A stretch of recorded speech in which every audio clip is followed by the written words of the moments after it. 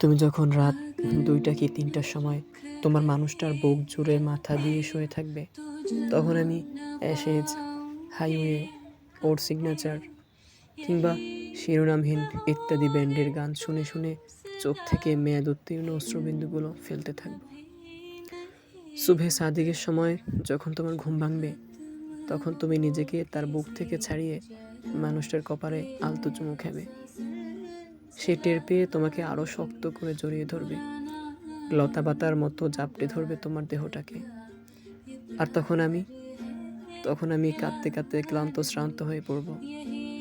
সুদীর্ঘ সময় কাদার ফলে চোখের নিচে অশ্রুগুলো গড়িয়ে পড়ার দাগ পড়ে যাবে, কেমন শুকিয়ে শক্ত শক্ত হয়ে যাবে। যখন সে তোমাকে বলবে, আর একটু থাকো না বউটা, পরে ওঠো, ঠিক তখনই আমি টপ করে ঘুমিয়ে যাব।